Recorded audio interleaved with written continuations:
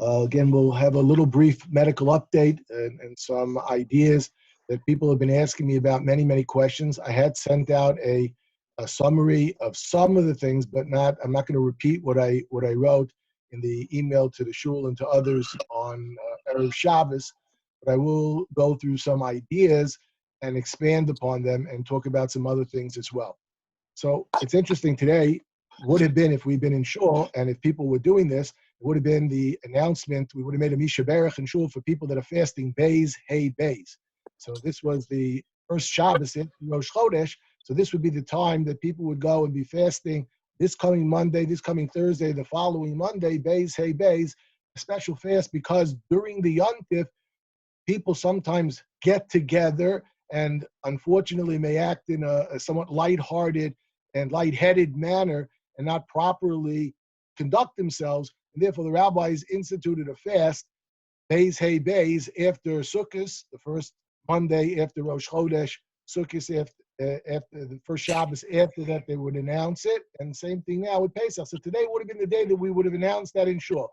Now, I dare say that maybe nobody on this listening on this Zoom conference would be fasting anyway. I certainly would not be fasting Beis Hey Beis. There are Yechidim that do fast Beis Hey Beis. It's a brilliant idea to atone for things that we did wrong. But this year I could argue that none of us had the opportunity to, unfortunately, congregate in an inappropriate fashion and act in a light-headed fashion. So, Emir Hashem, we shouldn't need the fast of Beis Hey Beis this year, but should be Zolcha to at least have the requirement for Beis Hey Beis, certainly by Sukkot's time, if not beforehand. So the facts that I'd like to tell you today are based upon a phone call I had with many other senior people in the state with Governor Cuomo on Friday, and a call that we had with the leadership in Nassau County at the hospitals with County Executive Laura Curran. So the information that I'm providing is based in part upon those government figures in terms of opening up. So I want to stress, and people need to realize, because I get a lot of questions about this, we're not out of the woods yet. And that's critical. I got a number of emails saying, we're doing so much better, so how come we can't go back to normal? The whole idea was that we shouldn't overwhelm the system. The system's not overwhelmed anymore, so why can't we go back to normal? So these are questions that are being addressed both by governmental bodies as well as by the local rabbanim who've gotten together many times and are trying to address when's the best time that we can open up. Government bodies are obviously talking about opening up society, businesses, as well as events such as religious events. And the rabbanim are obviously focusing on the religious events. So the general statement that I think all the rabbanim are in agreement is that the rabbanim are going to open up when it's absolutely safe from a pikuach nefashos point of view, and not necessarily when the government says it's an acceptable risk to take. Albeit, the government is not foolish. The government is not going to be taking unnecessary risks, at least in Nassau County and on the state level. Each state will make its own decisions for itself, but the governor clearly outlined that he's going to be a machmir in terms of pikuach nefashos in the call yesterday. And I think this is something that all of us need to understand is the halachically correct position. And the governor has put down, and I put this in my letter, he's put down several conditions that must be met. We're not yet meeting all of them, that must be met before he's willing to go and start easing up the restrictions. From a federal point of view, on May 1, yesterday, the federal government did ease up a number of the restrictions that they had put into place and now leave it up to the states as to whether there'll be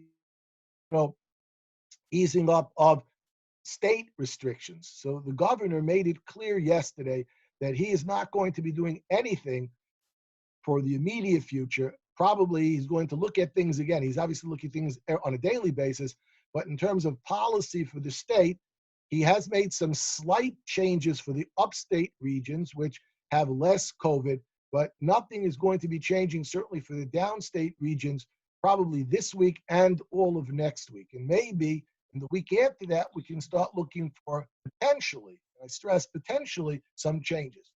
The governor has stated that all New York schools will remain closed for the rest of this academic year. I think that was also publicized yesterday by the press.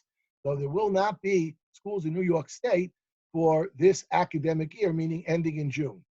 The governor also stated that he would make a recommendation, probably, didn't definitively say so, but he would say we would make probably a recommendation on summer schools, which to me, to a certain extent, also means summer camps, although he didn't state that. He wouldn't be making a decision on that probably before the end of May or towards the end of May. So I think that's very, very important to realize that one of the most common questions I've been, what will be the policy for camps, day camps, sleepaway camps, all the different beautiful programs that we have that take kids all over the country, all over the world, Eretz Yisrael.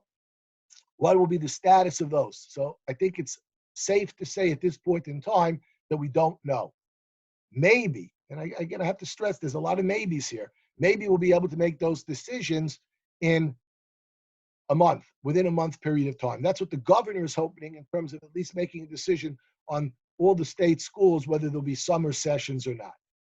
Now, schools are a unique, and camps are a unique type of a situation in that children still, Baruch Hashem, B'li Ayin Hara, have remained relatively unaffected from a clinical point of view from this disease. Now, there have been some reports this past week about some very significant and severe, but fortunately very, very rare problems in some young children.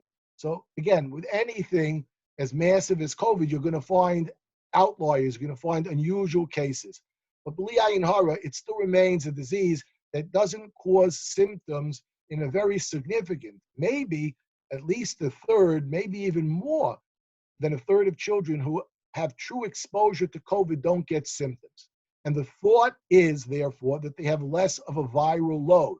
If you have less of a viral load, the thought might be that you're less contagious. And there was a paper that seemed to suggest in one patient that he was exposed to 170 other people, and he didn't infect even one of them.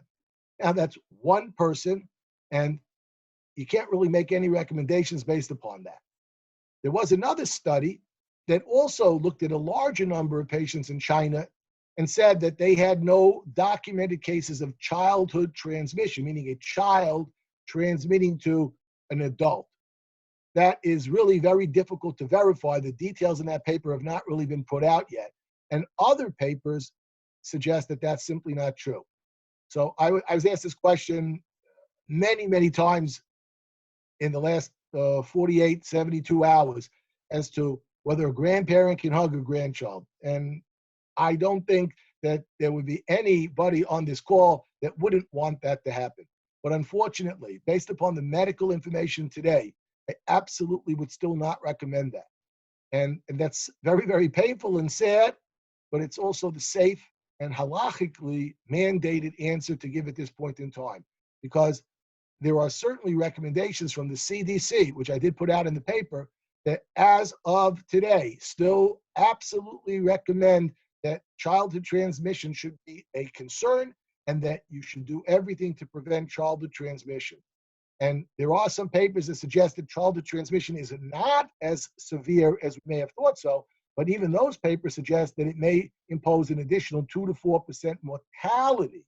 So therefore, childhood transmission is not something at this point that we can disband with and ignore. And unfortunately, pending further information, all of the recommendations that have been made in terms of social distancing, and unfortunately grandparents not hugging their grandchildren, are absolutely still recommended at this point in time. Very sorry to say that. I hope that maybe someday in the near future we can change that recommendation. The most important thing that the governor also said was that the state of New York is still plateauing. We're not going down as much as we would like to. And he has statewide data, and we're privy to that data. And the numbers, Baruch Hashem, are getting better, but they're not going straight down. They're plateauing and going down slowly. So yes, Baruch Hashem, we are seeing the numbers going down. But if you look at the number of patients we have in the hospital, I can tell you our personal experience right now, we still have 30 COVID patients on ventilators in the hospital. And Baruch Hashem, we now have only half the hospital that is COVID positive. The other half of the hospital is Baruch Hashem non-COVID positive. People, unfortunately, have to be in the hospital. And that's the experience in the major systems. On the call yesterday, all of the systems stated over where they are standing, and every system in the downstate area has essentially the same scenario, the same picture. So the bottom line take-home message that needs to be stressed is we are still in the middle of a major New York City, Long Island problem with COVID. While it's Baruch Hashem much, much better, we still have hundreds of people dying every day. You can't say we're out of the woods when you have that level of illness still around. Each of the Long Island hospitals is still seeing at least double-digit admissions each day. Maybe, Emir Hashem, this week that will go down. These are new admissions. These are people that have not previously been admitted and are now coming in still with new cases of COVID. The only way that will not occur is if we continue the social distancing. And that needs to be understood by everybody for the immediate future. And please don't ask me to define immediate. It'll be till next month's Shabbos. But for now, this week, I don't see anything changing. Now, a lot of organizations are working already on plans on how we could come out of this. And I'll give you my thoughts on this. And here, these are my own personal thoughts, but there will be organizational approaches to this, working with government officials. We have a meeting actually scheduled with a number of organizations, the Aguda, the RCA, the OU. We'll be having a meeting that will be open to a number of different people with Dr. Fauci to help discuss this. There are subgroups, which I'm a member of, at these bodies that are looking at putting together plans as to how we can come out of this, both from a religious point of view as well as from an economic point of view. So I won't spend time talking tonight about the economic recovery that's critical and what businesses will be opening up and when they'll be opening up. And that will all be determined by local states and local counties. But I'll try to spend a little bit of time talking about how I would envision we would be coming out of this from a shul perspective, from a community perspective in terms of smachot and, unfortunately, gatherings that are in smachot. And I would probably qualify this in the following way. Whatever we do, it's going to be gradual. There is nobody from an expert point of view that would say that we're just going to go back to the way that we were pre-Purim on any set given day. There's no expert that I know that would recommend that. The only way that would happen would be if we had a cure, which I'll talk about a little bit. Doesn't look like we have a cure coming up, although we have some, Baruch Hashem, some new modalities of therapy. And or if a vaccine came out that was 100% effective and that could be given in mass quantities on an emergency type of a basis. And while there's some interesting new information about that, neither of those two categories is going to occur, certainly not immediately. And therefore, there is no way that we will resume business as usual, shuls as usual, on an instant type of a basis. So what will happen, it will have to be a gradual return to, quote, normal. And I'm not sure we're ever going to go back until we solve this problem to the normal that we had. And there may be modified normals. Now, the first thing I would probably recommend is when we can go back, is that we have to start looking at what are essential things for going back and what are very nice, beautiful minhagim and societal type of wonderful things, but aren't essential. And I'll look at this first from a pure halachic point of view, what something is essential versus something not essential. And I'm not going to discuss whether minyan is essential, not essential. That level of halacha I'm not going to go into, but I am going to discuss about things that have absolutely no halachic requirement, such as large kiddushes, large parties celebrating beautiful life cycle events, or nebuch, when you have the opposite, when it's a very sad life cycle event and having large crowds gathering. So those things, forget minyan or 10 people or facts like that. There is no way that I see any professional expert recommending that those be instituted anywhere near the first wave of things that would be coming back. Because those things, A, have no halachic requirement to them. You can get married without having 600 people at a wedding. You can have all the major Jewish life events without having huge catered parties involving lots of people in a small area. So those things will come back far later. One of the most important questions, I guess, is people have weddings scheduled for the upcoming weeks or months, or even towards the end of the year. What will weddings look like? And I don't think anybody could give an answer to that right now. There will obviously be government guidelines and regulations in terms of the numbers that you're allowed to have from a government point of view. But from a halakhic point of view, we'll have additional comments from the Rosh Yeshiva, from the Gedolim that we've relied upon in our communities, Rav Shechter Shlita, Rav Willig Shlita, in addition to all the wonderful communal rabbanim helping to set policies. But the most important thing that we have to realize is that that's not going to be the first thing that's going to come back. When we talk about essential things, we're talking about having a minyan at a wedding. That's something that's essential. Having people be able to attend a kvura, Rahman al-Litzlan, and have a minyan so people can say Kaddish. That would be a much higher level of essential than having 50 people at a Sheva Brachos, or having lots of people go to a Sholem Zocher. So all of those things can be accomplished from a halachic point of view without the crowds. And the first thing that will be considered in our opening up society will be what is really essential from a religious, spiritual point of view, and what is a beautiful thing, but not essential, and what things maybe this is an opportunity to eliminate some of the excesses that we've had in the past and realize that they're just not very important, and maybe we don't really even need to re-implement some of those things.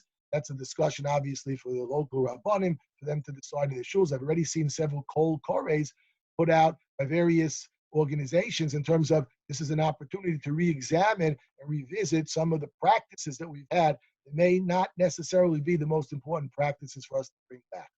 So again, my own personal opinion on this is there'll be a gradual opening up. When we do open up, we're not opening up this week.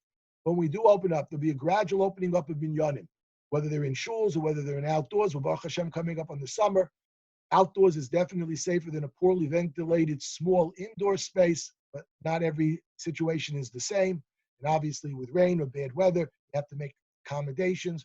But when we do open those types of activities up, they will probably be a lot smaller and conducted in a different way than they've been conducted in the past, at least at the beginning. And likewise, other life events, they'll come back in a smaller scale, and they'll hopefully come back. Maybe the bris won't have to be just in somebody's house with just the moil as the only person not in the house being the only guest there. So these things will open up gradually. But again, every type of event, just like the Rabbanim gave us guidance, Rav Shechter, Willi Shlita, both gave us guidance in terms of every life event to close them down and how we modified them, how you do a tahara, how you go to the mikvah, men's mikvah, women's mikvah, keilim mikvah, etc., etc., etc. So the same process will go back each time. We'll ask shilas to see what is the optimal way based upon the medical facts at that time and the government regulations. The government regulations will always be the de minimis, and then the halacha will add on additional layers as appropriate based upon medicine.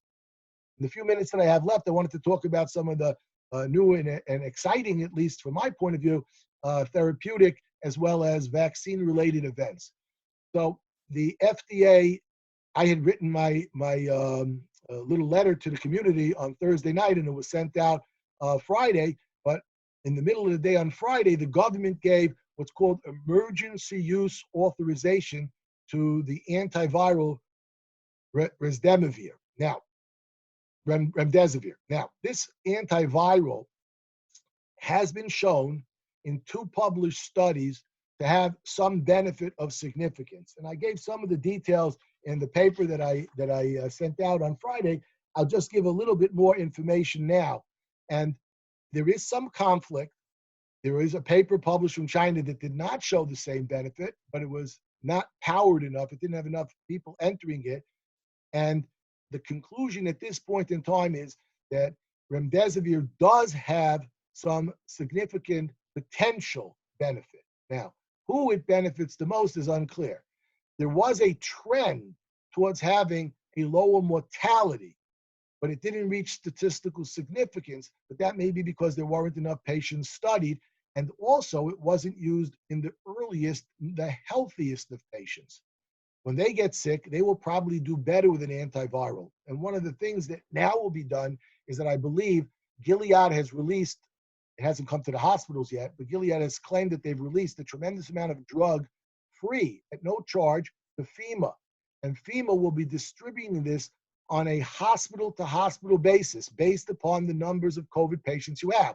So a hospital in Alaska that may not have a lot of COVID won't get any remdesivir, versus hospitals in the epicenter like New York City will get the most remdesivir. Hospitals in Long Island, which is not as inundated as a city, but we're obviously right at the epicenter as well, will get appropriate numbers of doses of remdesivir. Now, this drug can be used in a 5-day treatment or in a 10-day treatment. One of the studies suggested that there was no difference between 5 and 10 days, which is also very good for 2 reasons. One, you don't have the toxicity of 10 days of therapy. You can hopefully just take 5 days of therapy and be as benefited as you can rather than taking 10 days with additional side effects and toxicity. The other major advantage is there'll be twice as much drug theoretically available. Now, Gilead has a tremendous number of doses, they say, available. So hopefully, with the cutting of the dose to 5 days, and some patients requiring still 10 days if they don't respond, and the lesser numbers of COVID that we're hopefully going to be seeing because of the social distancing, the thought and hope will be that patients who enter the hospital who meet the criteria, they don't have to be as sick as they've been in the past. They'll meet the criteria for having remdesivir started on them, and they'll be able to get that drug earlier. And that has been shown to decrease the time that they're in the hospital and has a trend, albeit not statistically significant, that it can improve mortality. It's not a panacea. We've used it in about 25 to 30 patients ourselves. We've used it in the sickest of patients. Those patients that may have had an 80 to 90% mortality, most of them were on a respirator. And we have seen some slight benefit even in that very, very sick group. So the hope is that when patients come into the hospital, they can be started on it well before they're on a ventilator, Rahman al-Islam, and hopefully before they have had some of the body's own reaction against yourself. This virus probably has 2 phases. The first phase is the viral phase, when you're attacked by the virus. And then many people get better from that, Baruch Hashem. But then the body seems to attack itself and causes a lot of complications in the lungs and in other organs. And that part of the phase of the illness may not be responsive to antiviral therapy because that's the body itself attacking itself. And that's why the hope is that some of the other therapies that we'll be using, which have been the interleukin inhibitors, they may prevent this cascade going on in your body from causing toxicity. And that's how those drugs act. It's a different mechanism. So more to come on both of those two. There is a nice little study published showing some benefit from the interleukin-6 inhibitor, tocilizumab, and we'll see whether that will continue. We've been using a tremendous amount of that drug. Our own personal experiences that it has been positive. Again, it's not a panacea. It's not going to be a cure-all. The most exciting thing still remains, in my opinion, from a therapy point of view, is the convalescent plasma therapy. And we've used that now in our hospital in almost 70 patients. And in the Sinai system, we probably have used it in well over 200 patients at this point in time. And our very preliminary, I stress, very preliminary data seems to suggest that it's beneficial. Again, not a panacea, but we've been using it in very sick patients. And now we're going to start moving it up to treat patients now that there seems to be, Baruch Hashem, more plasma available. So many people have donated. I know people are always complaining. It takes so long to get the response back from the plasma centers. That's Baruch Hashem. They have a lot of people that want to donate. And Mirz Hashem, everybody will have that opportunity if they have high levels of antibody, donate still. So it's a very important need that we have for people to give this. It can't be synthesized yet at this point. Obviously, that's being worked upon, but at this point in time, that hasn't. That we don't have the technology yet to do that. So we still require an individual to donate their serum, which then we cull from it the antibody and we infuse it into one person.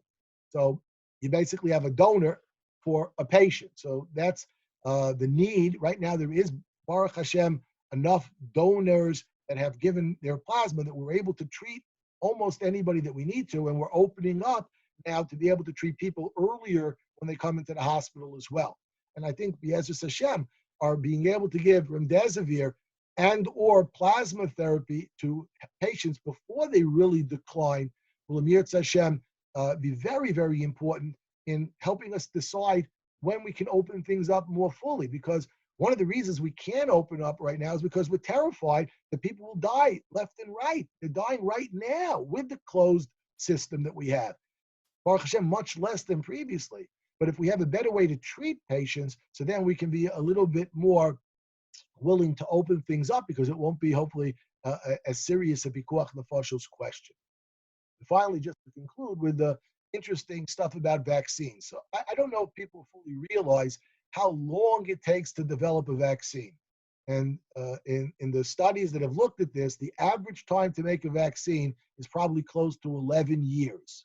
11 years. The fastest we've ever done it has been like 4 years, and that's recently with Ebola. So it really isn't something that comes about because we'd like to do it. And I also point out, for many viruses, we've been unsuccessful in making a vaccine. HIV has been around since the early 80s. We still don't have an HIV vaccine. It's not because of lack of trying. Hepatitis C has been around for a very long period of time.